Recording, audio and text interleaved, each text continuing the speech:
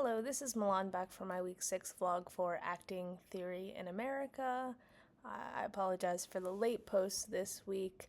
This was tech week for our school play, and as I've mentioned before, I am the tech director at my school. So it was a busy one for me, but definitely paid off, and very honored once again to see a group of kids throw together a fun show and have a great time with each other. So it was a great weekend of the Stinky Cheese Man and other fairly stupid tales. Again, I just wanted to take a second to sort of reflect on my week personally. I always feel honored to work with the educators that I work with and everyone's dedication, and then of course the kids and how they really shine.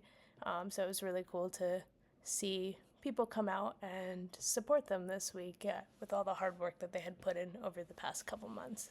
This week for our course, we had another 2 readings from David Krasner's book of edited essays. The first piece was by Deb Marglione called Minding My Own Business, Paths Between Text and Self, and the second piece was by Peter Lobdell called Practicing the Paradox, Addressing the Creative State.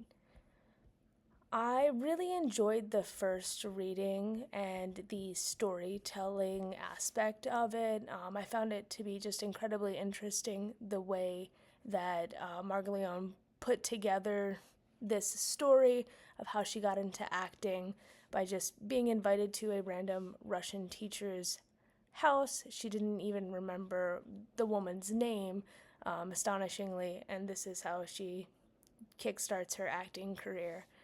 I found it really interesting that she mentioned that this teacher specifically did not want traditional actors at these workshops, and that was why she was invited.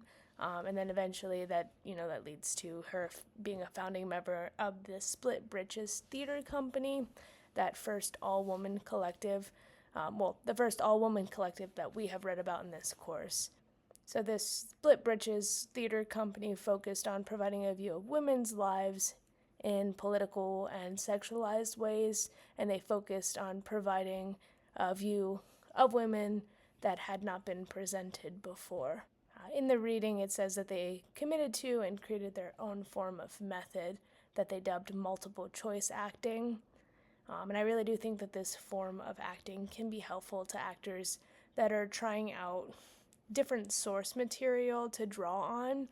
Just changing that source material all the time in this multiple choice acting type method can be very helpful. Overall, I did really enjoy the storytelling nature of this chapter and going on that journey as she described her beginnings. Peter Lobdell's chapter was a little bit more about exercises. Lobdell insists that the method encourages actors to understand their experiences as metaphors, and I do think that he helps to clear up a lot of terminology that people have a problem with. This chapter, he really redefines these debated terms, like instead of using sense memory, he calls it sensory work, and I think that's a lot more tangible. He outlines that in his specific teaching, he encourages students to embrace distractions, maintain their privacy, and practice sensory work outside of the studio. He does believe that sensory work helps actors to explore